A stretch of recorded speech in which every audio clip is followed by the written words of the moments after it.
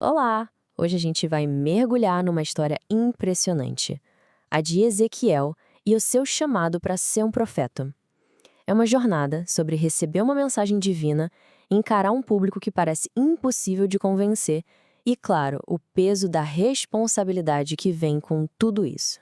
Pensa só, todo mundo tem um jeito de se preparar para uma conversa importante, né? Uma apresentação, talvez.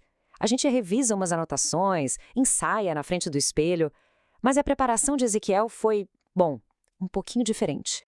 E é aqui que tudo começa. A primeira instrução que o profeta recebe de Deus não é para falar ou para ir, mas sim para comer. Comer um rolo de pergaminho com a mensagem escrita nele. É uma imagem bem estranha, mas muito poderosa, que já dá o tom de tudo que vai acontecer. Mas afinal, o que significa isso? Comer a palavra de Deus. Vamos entender melhor esse ato simbólico que é o pontapé inicial da jornada de Ezequiel.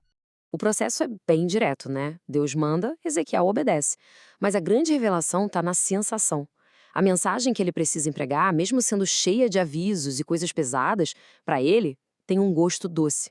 A palavra de Deus é como um alimento, algo bom para quem a recebe, mesmo que a missão em si seja bem amarga. E aqui está o ponto-chave. A mensagem não podia ser só um texto para ele ler. Para Ezequiel, ela tinha que fazer parte dele, ser digerida, internalizada. Ele não é só um entregador, um carteiro. Ele se torna a própria mensagem viva, antes mesmo de abrir a boca para falar qualquer coisa.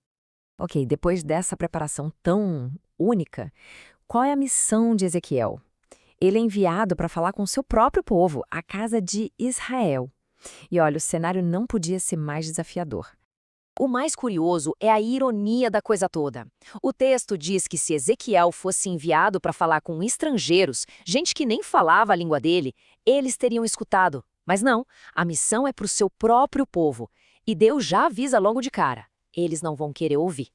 A descrição do público-alvo é de uma honestidade brutal, fronte obstinada e dura de coração.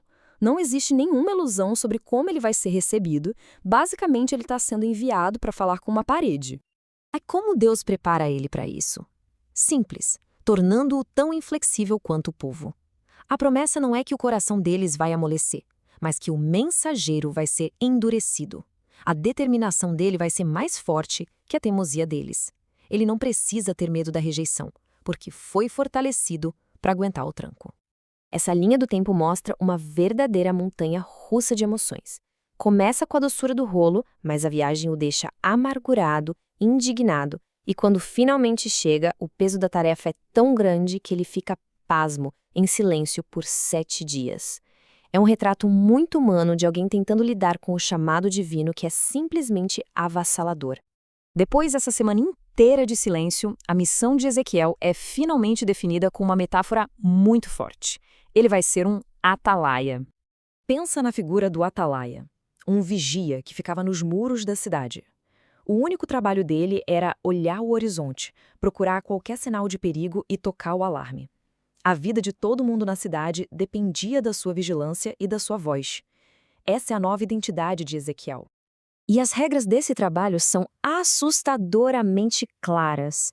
Se o ímpio não for avisado porque o atalaia ficou em silêncio, a culpa recai sobre o atalaia. Mas se ele der o aviso, a alma dele está livre, não importa o que aconteça depois. A responsabilidade foi cumprida. Esse é talvez o ponto mais libertador e, ao mesmo tempo, o mais pesado da missão de Ezequiel. O sucesso não tem a ver com quantas pessoas se convertem, mas com a fidelidade dele em entregar a mensagem. Ele é responsável pelo aviso, não pelo resultado. E bem, quando a gente acha que entendeu o papel de Ezequiel como porta-voz de Deus, a história dá uma virada final. Um paradoxo total. Vamos recapitular rapidinho. Todo o chamado dele, desde comer o rolo até ser nomeado atalaia, se resume a uma coisa: falar. Ele é um mensageiro. E então, Deus diz que ele vai ficar mudo. O porta-voz é silenciado. O atalaia perde a voz. Mas como assim? Como isso é possível? O controle divino é absoluto, é físico. Ezequiel tem que ficar trancado em casa, é amarrado com cordas e a língua dele literalmente gruda no céu da boca. Ele se torna incapaz de falar por conta própria. Sua função de repreender o povo é cancelada antes mesmo de começar. E aí o propósito fica claro. Esse silêncio forçado garante que quando Ezequiel finalmente fala, não exista a menor dúvida sobre de onde vêm as palavras. Não é a opinião dele, não é a análise dele. A boca dele só se abre quando Deus a abre. E as palavras são puramente divinas. No fim das contas, todo esse processo serve para reforçar uma verdade central. Existe apenas uma fonte para essa mensagem. O profeta é só o canal, e um canal que está sob o controle total e absoluto de quem envia a mensagem. E a história de Ezequiel nos deixa com essa pergunta no ar. É uma reflexão sobre essa tensão entre o dever de falar e a total falta de controle sobre como a mensagem vai ser recebida. É sobre ser fiel, mesmo diante de um fracasso que parece garantido, e encontrar um propósito não na reação dos outros, mas simplesmente em cumprir a própria tarefa.